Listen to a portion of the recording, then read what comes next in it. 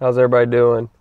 Want to talk about Tucker Carlson last night. I finally had Ernst Root on, the guy who I always watch just debate and just give just different, almost as a news source, like just different facts and current events of what goes on in South Africa.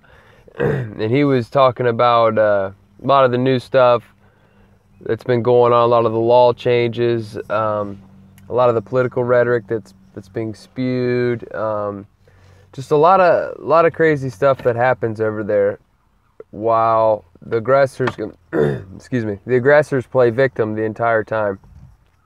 And it's kind of it's funny, but it's not funny. I mean, if you didn't watch the clip, please watch it. I'll track it down and I'll share it in the bottom.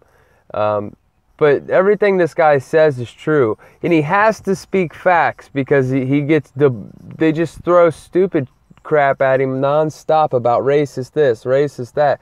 But if you're using accurate statistics that are verifiable, it's not racist. Stop it. Stop it. It's not racist. And so these guys are very, very big on facts and statistics. And the criticisms these people get is just it's laughable. It's honestly laughable. And what's also laughable is Trevor Noah. If you guys don't know, Trevor Noah is not British. He's not Australian. He's from South Africa. You know, the land of racism. But yet he talks about how racist America is. That guy literally called Donald Trump an African dictator, meaning that he just steals and takes and rampages and rapes whoever he wants. What? What are you talking about, dude? Donald Trump? The same guy? Oh, there's no way we're watching the same movie if that's what you're getting. There's no way. Okay. Now, it's even an overstatement to say that about Obama, but at least Trump's not spying on citizens, not trying to arrest journalists. I mean, hello, not trying to incite division. Trevor Noah is just so oblivious to the reality. It's either he's the stupidest person on television, or he is a shill. There's no other way for a shill. Just a hatred shill. Like, he's just out there to sow division.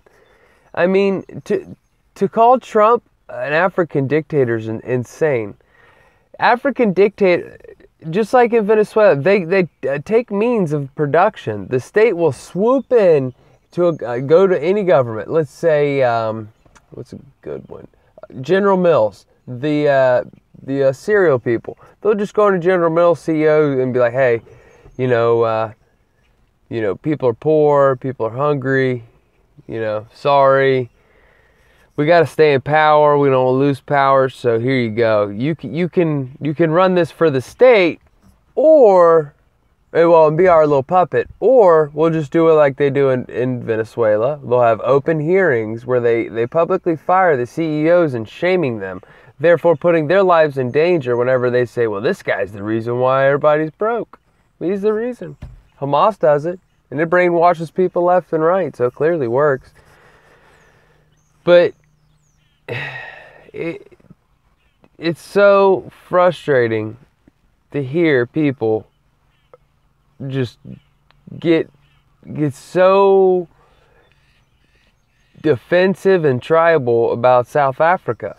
Like, and that's what's crazy about it. I'm not South African, but just the entire situation, it just so happens to be that they're white. And I don't want to say, it just makes it easier. Like, oh, Goose just defending the white man. And I see that. I see that. It is easy to say that. But look around, man. Name one group that you're allowed to go say whatever you want about and blame them for all of humanity. People that they don't know, aren't even related to. You get blamed for slavery. It's crazy. It is crazy. I'm going to be doing a video here in a couple days about, and last week, there's been 2 different people say that they were harassed, verbally assaulted, and threatened by racist white cops. and then they would file a complaint, and then after the hearings and stuff would go on and the complaint, he was wearing a body cam. And he didn't even, like, the one guy was a pastor, and he even said the guy asked him why he was here. There's no way he lives in this neighborhood. He suspects him of having drugs, blah, you know, that whole. And I'm not saying it doesn't happen. I'm not saying that. It happens out here where we live to white people all the time. We all know somebody. And my family's a cop. I understand both sides of the issues. There's great people on both sides. There's bad people on both sides. It sucks. But that's just the way it is. I mean, the situation baffles me that you are just allowed to just shit on this one group openly. South Africa is restricting hate speech laws. At the same time, the biggest political group in the country's trying to fight that. Well, they're not really trying to fight that. They're pushing that, but they're wanting an amendment. One of their amendments, what could be amendment to a hate speech law? A song they want to sing they sing in Parliament all the time. They were literally threatened by jail time to stop singing a song, "Kill the white man, kill the Boer." I mean, they want hate speech laws. That way, whenever a white person says something about the attacker that tried to carjack them, then they said the K word. It was justifiable for their skull to be bashed in while pregnant. Yeah, man, there was a CEO in Johannesburg, South Africa, and I don't think I pronounced it right. I'm sorry, Lodi, if I pronounce it wrong, man. But this dude beat the shit out of this pregnant white lady. Beat the shit out of it. You can look it up. I'll try to find the guy's name. This happened in Johannesburg. I think that's a little bit better. But this dude beat the shit out of her, and the guy's like, well, she called me the K word, so I guess it's okay if I beat the shit out of some pregnant lady who's obviously pregnant. There was no like, oh man, she just pregnant. You couldn't tell. I'm sorry. And that's a defense.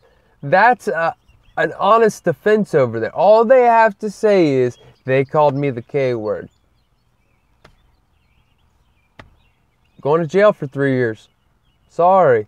Vicky Momberg, which I'm not defending her actions. I would never do it. But she was a victim of an attempted carjacking that went wrong. The people failed at carjacking her. So she called the cops, blah, blah, blah. Cops came. And I'm willing to bet that she might have said something before saying the K word, pissed the cops off, and the cops started giving her attitude, and then they probably might have said something to her, which, just like what happens here, cops didn't de-escalate the situation, they kind of escalated it, and then that set the person off even more, and then 3 years in jail for using words. Words. You can't even see anything leaving my mouth when I speak. Like, they're words. Take with them what you will, but they didn't hurt anybody. There's no victims to words. Now, obviously there's inciting violence, blah, blah, blah, all that. But what is going on in the world? I feel like I'm like an 80-year-old man in a almost nearly 30-year-old body. Like, I feel like that. Like, the world has just gone crazy. It really has. It really has. I mean, in South Africa, they had 1,600 cops. They did a sweep, like, through their cops, did a random background check. 1,600 of their state police officers were found to either have rapes in their history, violent crimes, domestic violence, attacks on minors, robbery, armed robbery, assaults, all this shit. And yet they're cops. Some of them were high-ranking cops. Some of them were female cops. But yet they still have the black empowerment.